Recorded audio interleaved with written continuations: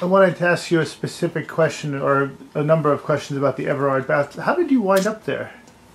I mean, you started going about in it on the opera line. late high school or No. in college? Yeah, I was in high school. Yeah, was that? Yeah, last year. Mm-hmm. And I heard about it on the opera line, right? So how is it described on the opera line? There's a place to go, or the House of Sin, you know. Yeah. And so I followed two guys down, and they said, "I don't think you're going to get in," but I got in. I got in. You know. And I remember Bronco, I think his name was. He said, "There's underage coming in. We're going to get in trouble.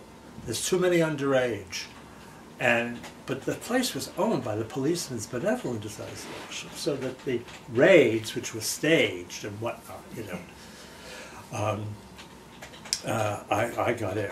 You know, Mm-hmm. it was like the bars at Rockaway. When you were like 12, you could get a drink. You know.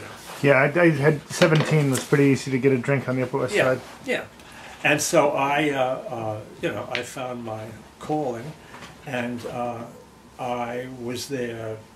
I was a president there for about 7 years, until I left to go to the Yale Drama School. Mm-hmm. Within the, I'd heard also that it was run by the mob, or that the body. No. It was owned by the Policemen's Benevolent Association. Mm-hmm. So there was no mob. No. What was the environment like? I heard it was men in robes and men in robes, dingy hallways, mm-hmm. small cubicles, and some of the smartest people in the world, and there's very famous people. They used to go up and down the and a lot of the people drunk and whatnot, but talk. You once said to me it was like these brilliant men high on speed, or just talking their heads off and having lots of sex. Tons of sex, and but then as the evening wore on, you'd hear through the cubicle, you'd hear conversation. Oh, they had wire over the top. You know. Chicken wire. Yeah, and you'd hear these conversations. Mm-hmm. You know, because they were all fucked out and they were in the mood to talk. You know? Uh-huh. And I had a couple of encounters there with the famous, none of which turned out to be satisfactory. From my point of view. You know. Any good friendships forged there? Like people you kept in touch with? No, because they were all on the line. Oh. So the people who went from the line to Everard's, yes, but I don't remember a single. I was the kind of kid who would, they would say, "You're wonderful, blah, blah, blah, blah, blah, blah, blah, and you're so smart, blah, blah, blah, blah. Meet me at the plaza next Friday," and I, fool that I was, would show up, and of course, they never did. So, I cut that out, but I did write about it. Mm-hmm. You know, it stuck in my mind. The great 10 pages in Queer Street. Yeah. You wrote down all the remembered dialogue. Yeah, and then there were passages in my later More Gorgeous mm-hmm. books that are the same thing. And in recreating them, all I had to do was all the talk in all the bars. I do Fire Island.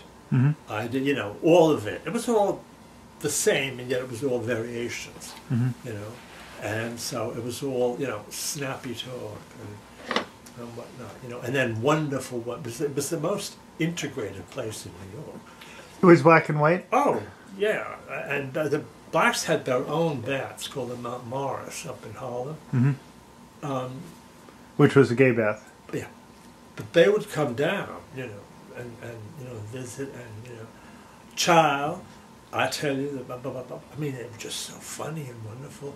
And occasionally some of us would foray up to Mount Morris. We were a little bit trepidatious, but they were so kind and welcoming. There was no color line the way there is today in Washington. It's disgusting. Mm-hmm. There's a color line. In gay society, or in the so-called gay community? Is there less mixing? There's no mixing. No There's mixing. A color line and a Hispanic color. Isn't there? I mean, but there are interracial couples, right? None that I have met. None. One older man and younger, beautiful guy moved to California. No, it's disgusting. It's as disgusting as Washington itself is in that respect. But you think New York is more integrated in terms of? Well, I mean, it's hard to know now. There are no more baths. But I just anecdotally, I do see couples on the street, men where. Sure, yeah, I'm sure. Lovers, men in love. They just don't meet at baths, yeah. are they? Yeah, with who? I mean, I'd heard stories about Leonard Bernstein going to the baths. That he was. Yeah. Was there a certain anonymity, in the sense like somebody as famous? Leonard Bernstein. No. So he couldn't really disappear. He would come and. He would go. I think in the afternoon. Mm-hmm. And he's dead. I can talk about the dead, right? The most unsatisfactory coupling that I had was with Gore Vidal. I would imagine. He was nasty. Nasty. And he only wanted one thing, and when he was finished, he might have been a piece of garbage. But he talked a lot, smart, but I felt soiled. I'm sorry, that sounds like a brutal. He was a nasty man. Nasty about everybody. Yeah. I always thought he was one of the, it's not my line, but the bitchiest men of American letters. The which? Bitchiest man. Oh. Because he wrote great essays, but he would... he wrote good essays. If you attacked his books or criticized his books, he would go savage on the reviewer. He would go out of his way to take them apart. Yeah, he was just... he was not a nice man. And... one night they said, Nureyev's in the shower room. Nureyev? Yes, there's a scar down the thing, you can tell, because I know. So I went, I was obviously Nureyev, it's Nureyev, right? Yeah. So we got down to that, we're all clustered around the steam room and then the shower room, right? So he disappears into the steam room. Everybody's walking around trying to find Nureyev.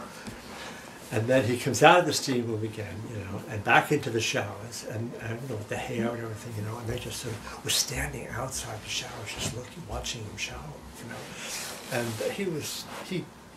he could be worshipped by a dog, and he turned right on, He was, I didn't know him personally at all, but he was he played the part of star. I wouldn't even say that he was unnecessarily vain, but he knew he was the greatest male dancer in the world, and he acted like it, like a diva would, Did you read Colin McCann's book about Nureyev? I did not.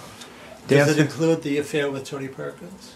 I don't think so. I think it, but there's one scene... They were lovers for some time. Colin writes a 27-page sentence, and it's sort of New York in the 70s, and there's a fictional friend, and they go to the gay baths, and the fictional friend sleeps with 12 men, so Nureyev has to sleep with 18, or in one night, or something. It just well, there wasn't a lot of sleeping going on. Yeah. Did you read Michael Rumacher's book ever? A night at the baths or something? Yes, I didn't find it very interesting. No, it was a little too... Because they all said that the baths were, dull. Is it dull? Didn't they have ears? No. It was ablaze with, lots of theater folks and, And I later found out that it was a haunt of Jimmy Schuyler's, but I didn't know him then. Did Vincent tell you about the diaries? I found Jimmy Schuyler's diaries. They were printed by...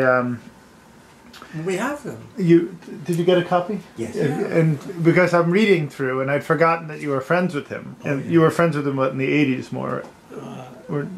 Yes, all through the 80s. And that you sort of buoyed him when you would come by and visit. He thought he was very fond of you.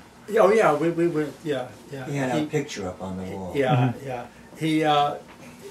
I loved talking to him. He was such a genius and hard to draw out sometimes. And then of course he was sometimes medicated and whatnot. But I adored his poetry. way before I met him. I just adored him.